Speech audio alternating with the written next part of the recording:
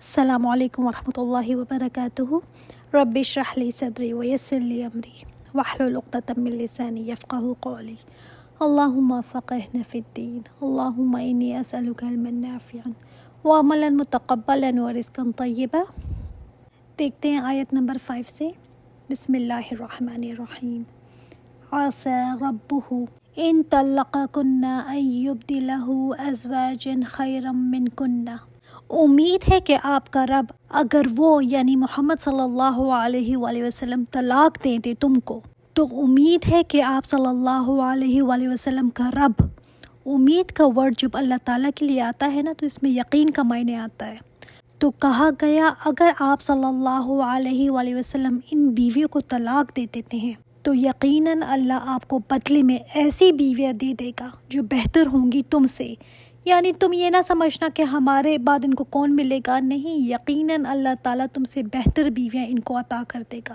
اس میں بعض کہتے ہیں کہ یہ واقعہ ایلا کی طرف اشارہ ہے۔ بعض روایات میں ملتا ہے کہ جو 2-3 پیجز کی ہیں، آپ تفسیر میں دیکھ سکتے ہیں کہ حضرت عمر کی جو روایت ہے جس میں آپ صلی اللہ علیہ وآلہ وسلم سے ازواج مطہرات نے مطالبہ کیا تھا کہ ہمارا خرچہ کچھ بڑھا دیں، کیونکہ اب حالات مسلمانوں کے بہتر ہو گئے تھے، ہر گھر میں مسلمانوں کے لیے کچھ نہ کچھ خوشحالی آئی تھی، تو ان کی بیویوں نے مطالبہ کیا کہ آپ بھی ہمارا نفقہ بڑھا دیں۔ تو آپ صلی اللہ علیہ وآلہ وسلم نے اس پر 1 مہینے تک ان سے لا تعلقی اختیار کر لی تھی، اور افواہ بھی اڑ گئی تھی کہ آپ صلی اللہ علیہ وآلہ وسلم نے اپنی بیویوں کو طلاق دے دی ہے۔ تو مسلمانوں پر یہ بڑا گراں گزرا، لیکن پھر پتہ چلا کہ نہیں، طلاق نہیں دی، 1 مہینے تک علیحدگی اختیار کر لی ہے۔ تو اس پر اللہ تعالیٰ نے فرمایا کہ اگر آپ طلاق ان کو دے دیتے ہیں تو اللہ آپ کو دے دے گا بہتر عورتیں، اور وہ بہتر عورتیں کون سی ہوں گی؟ 6 خصوصیات یہاں پر بیان کی گئی ہیں ایک بہترین عورت کی، ایک ایسی عورت جس میں وہ خوبیاں ہوں جو اللہ تعالیٰ نے بیان کی ہیں کہ میں ایسی عورتیں بدل کر دے دوں گا۔ اب ان عورتوں کی خصوصیات دیکھ کر سوچنا چاہیے کہ کتنی خصوصیت میرے اندر ہیں۔ ان کو اللہ تعالیٰ نے پسند فرمایا ہے، ایسی عورتوں کو جو یہ خصوصیت رکھتی ہیں، جس سے عورت بیسٹ بنتی ہے۔ شاید کہ آج کے وقت میں ان خوبیوں کو کچھ نہ سمجھا جاتا ہو، لیکن اللہ تعالیٰ کے ہاں یہی وہ خصوصیات ہیں جو بیسٹ بناتی ہیں ایک عورت کو۔ اب یہ 6 خصوصیات ہیں، اور اس میں وہ ہے ہی نہیں جو ہم سب سے پہلے تلاش کرتے ہیں، اور وہ ہے خوبصورتی، پھر لمبا قد ہو، پھر پروفیشنل ہو۔ اللہ تعالیٰ کے ہاں ان چیزوں کی کوئی ویلیو نہیں ہے۔ ان میں سب سے پہلی چیز مسلمات، مسلمان ہو، مسلم سبمٹ کرنے والیاں، اللہ کی اطاعت گزار ہوں، سبمٹ کر دیا ہو، اپنی ول کو، اپنی خواہشات کو سرنڈر کرنے والیاں کہ میری مرضی نہیں ہے، اللہ کی مرضی ہے۔ مسلم کا جو مطلب ہے وہ اونٹنی جس کی نکیل اس کے مالک کے ہاتھ میں ہو۔ کیا ہماری نکیل ہمارے مالک کے ہاتھ میں ہے؟ وہ کہے بیٹھ جاؤ تو بیٹھ گئے، وہ کہے ادھر نہیں جانا، وہ کہے یہ نہیں کرنا، یہ نہیں کھانا، تو کیا ہم ویسے ہی کرتے ہیں؟ یہ ہے مسلم، ایسی سبمیشن ہونی چاہیے۔ پھر مومنات، ایمان والیاں، یہ اگلا درجہ ہے۔ مسلم مطلب کلمہ گو ہونا، پھر اس کا دل میں راسخ ہو جانا، یقین ہو جانا اللہ پر، آخرت پر، کتاب پر، فرشتوں پر، رسولوں پر، یہ سب ایمان ہے نا۔ یہ جتنا زیادہ ہوگا انسان کا عمل اتنا ہی بہترین ہوگا۔ پھر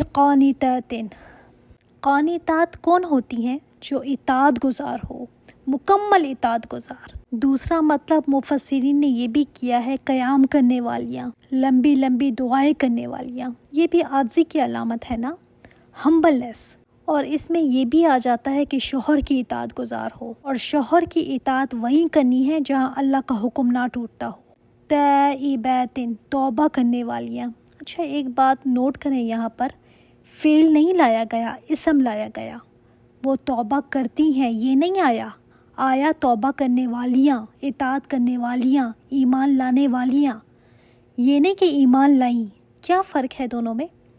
جیسے میں کہوں وہ صدقہ کرتی ہے تو چلو آج کر رہی ہے، کل کرے نہ کرے، لیکن جب میں کہوں صدقہ کرنے والی تو مطلب ہمیشہ ہی کرتی رہتی ہے، یہ اس کی ایک صفت ہے، ایک پہچان بن گئی ہے کہ وہ ہمیشہ ہی کرتی رہتی ہے۔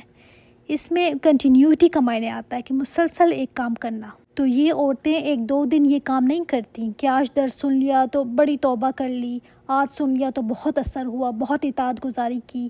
نہیں، وہ مسلسل کرنے والیاں ہیں، مسلسل توبہ کرنے والی، مسلسل اطاعت گزاری کرنے والی.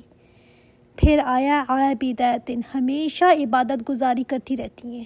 یہ ان کی عادت ہے. یہ نہیں کہ مصلی سے اٹھتی ہی نہیں، یہ مطلب نہیں ہے، بلکہ ان کا ایک ٹریٹ ہے، یہ ایک صفت ہے. جیسے کسی کو بہت زیادہ ایک کام کرتے ہوئے دیکھے نا تو اس کو کہتے ہیں نا تم تو ہمیشہ ہی کوکنگ کرتی رہتی ہو یا ہمیشہ ہی صفائی کرتی رہتی ہو. تو عبادت ان کی زندگی کا ایک اہم حصہ ہے، عادت ہے ان کی. اچھا، عبادت میں توبہ بھی آ جاتا ہے. آگے روزے کی بات آئی، وہ بھی عبادت میں ہی آ جاتی ہے، لیکن کچھ چیزوں کو الگ سے مینشن کیا گیا ہائی لائٹ کرنے کے لیے. پھر آیا سائحات، سیاحت کرنے والیاں، گھومنا پھرنا. پہلے زمانے میں لوگ رہبانیت اختیار کر لیتے تھے، الگ جا کر بیٹھ کر دنیا سے کٹ کر، کوئی لین دین نہیں دنیا سے، اپنے لیے عبادت کے لیے بالکل الگ ہو جاتے تھے. لیکن ہمارے لیے سیاحت کیا ہے؟ روزہ. اس کے اندر بھی بھوکا پیاسا ہی نہیں صرف، بلکہ گناہوں کو اور نفسانی خواہشات کو بھی اپنے آپ کو بچا کر رکھتا ہے نا انسان. تو یہ صرف رمضان کے روزے نہیں رکھتی، بلکہ اکثر روزے رکھتی رہتی ہیں. پھر اور کیا؟ سیبات و ابکارا، شوہر دیدہ اور کنواریاں. یہ خصوصیت کسی میں بھی ہو سکتی ہے، چاہے شوہر دیدہ ہو یا کنواری ہو. اللہ تعالیٰ دونوں ہی دے سکتا ہے آپ صلی اللہ علیہ وآلہ وسلم کو. شوہر دیدہ پہلے سے طلاق ہوئی ہو یا پھر بیوہ ہو گئی ہو، تو اس وجہ سے اس کا مقام گر نہیں جاتا. اگر اللہ تعالیٰ اپنے نبی کے لیے ان میں سے کوئی بھی عورت سلیکٹ کر سکتے ہیں جن میں یہ خصوصیات ہوں، چاہے شادی شدہ ہو چاہے کنواری ہو. ہم سوچتے ہیں نا وہ تو کنوارا ہے، اس کو بھی ملنی چاہیے تھی کنواری. نہیں، اس میں کوئی برائی نہیں ہے. اگر برائی ہوتی تو کیا اللہ تعالیٰ اپنے نبی کے لیے اس کو پسند فرماتے؟ اور دیکھیں، شادی شدہ کی پہلے بات آئی، کنواری کی بعد میں بات آئی. اب آگے جو آیت آ رہی ہے، دل پر بہت بھاری آیت ہے یہ، جس میں اللہ تعالیٰ نے ہمیں اسپیشل انسٹرکشنز دی ہیں. اسپیشل، یا ایہا الذین آمنوا، اے ایمان والو، قوا انفسکم و اہلیکم نارا، تم بچاؤ اپنے نفسوں کو اور اپنے اہل و عیال کو اس آگ سے. ایسے لگتا ہے جیسے ایک اعلان ہو رہا ہے کہ آگ لگی ہوئی ہے، بچا لو خود کو. آگ لگی ہے، بچا لو اپنے آپ کو. ایک آگ لگی ہوئی ہے جو ہمیں نظر نہیں آ رہی، مگر وہ جل جل کر سیاہ ہو چکی ہے.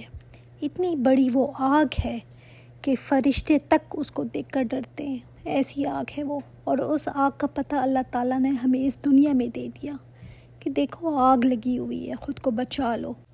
اور کس کو کہا گیا یہ؟ کیا یہ کہا گیا کافروں کو کہ آگ لگی ہوئی ہے، بچاؤ خود کو؟ ہم تو سوچتے ہیں نا کافروں کے لیے ہے یہ آگ، ہمارے لیے تھوڑی ہے، ہم تو امتی ہیں. تو یہ آیت پھر کس کے لیے ہے؟ یہاں کہا گیا یا ایہا الذین آمنوا. کیا پھر اس کے بعد ہم سمجھ سکتے ہیں کہ ہم خطرے سے باہر ہیں؟ کہا گیا تم جو ایمان کا دعویٰ کرتے ہو، بچاؤ اپنے آپ کو. اس کا مطلب تم بھی خطرے میں ہو. اے ایمان والو، خود کو امن میں نہ سمجھنا، آرام سے نہ بیٹھ جاؤ. خطرے میں تم ہو، بچاؤ اپنے آپ کو، خود کو. اور کس کو؟ اپنے گھر والوں کو. سب سے پہلے کس کو بچانا ہے؟ خود کو. انسان سے سب سے پہلا سوال اس کی اپنی ذات کے بارے میں ہوگا، دوسروں کا نہیں ہونا. اللہ تعالیٰ نے فرمایا خود کو اور اپنے گھر والوں کو. گھر والوں میں آدمی ہے تو اس کے بیوی بچے، عورت ہے تو شوہر کا گھر کا سوال اس سے ہوگا، خاوند کا سوال نہیں ہوگا، گھر کا ہوگا. گھر میں اس کے بچے ہیں، نوکر چاکر ہیں، مال ہے، جو بھی چیزیں ہیں اس کا سوال ہوگا. یعنی جو بھی تمہارے انڈر ہیں، تمہارے ہاتھ کے نیچے ہیں. مرد عورت کے ہاتھ کے نیچے نہیں ہے، عورت مرد کے ہاتھ کے نیچے ہے. اب عورتیں کیا کرتی ہیں؟ ادھر قرآن پڑھا، ادھر ہسبینڈس کے سر پہ سوار ہو جاتی ہیں. آپ یہ نہیں کرتے، ایسے نہیں کرتے، ویسے نہیں کرتے. بھائی آپ سے ان کے بارے میں سوال نہیں ہونا، آپ سے بچوں کا سوال ہے، ان پر زیادہ توجہ دیں. پھر دائرہ بڑھتا ہے، آپ کے رشتہ دار، دوست احباب، پھر کمیونٹی، پھر امت تک پہنچانا ہے. یہ ہم ریورس کرتے ہیں، ہمیں لوگوں کی فکر زیادہ ہوتی ہے. فلاں کیا کر رہا ہے، وہ کدھر جا رہا ہے، کدھر سے آ رہا ہے، کیا کیا اس نے سارا دن، کیا ایکٹیویٹیز ہیں اس کی. سب سے پہلے خود کی فکر کریں. ہم اگر کوئی اچھا کام کروا سکتے ہیں نا تو وہ خود سے کروا سکتے ہیں. دنیا سے کروانا بہت مشکل ہے، خود سے کروانا آسان ہے. اگر خود سے ہی ہم نہیں کروا سکتے تو پھر کسی اور سے کیا کروائیں گے؟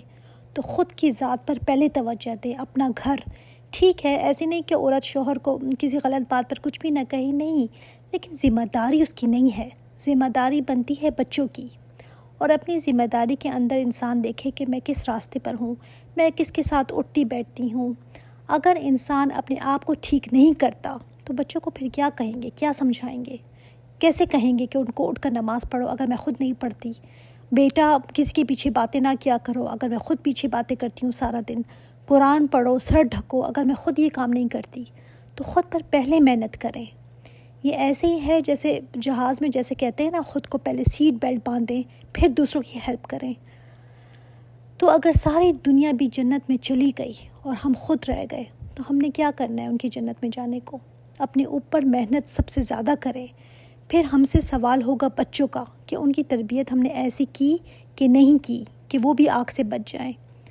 اچھا، اب کیا کریں؟ ہدایت تو آپ صلی اللہ علیہ وآلہ وسلم کے ہاتھ میں بھی نہیں تھی، وہ بھی کسی کو ہدایت نہ دے سکے، لیکن بتانا، سمجھانا، سکھانا، بچوں کے ساتھ کوشش کرتے رہنا، قرآن کی طرف ان کو لگائے رکھنا، اللہ تعالیٰ رسول کی محبت ان میں ڈالنا، یہ بھی ہمارے فرائض میں سے ہے، ان کو کہتے رہنا۔ اور ہدایت کے لیے پھر اللہ تعالیٰ سے دعا کریں کہ اللہ تعالیٰ ان کو ہدایت دے دے، اس راستے پر لے آئے۔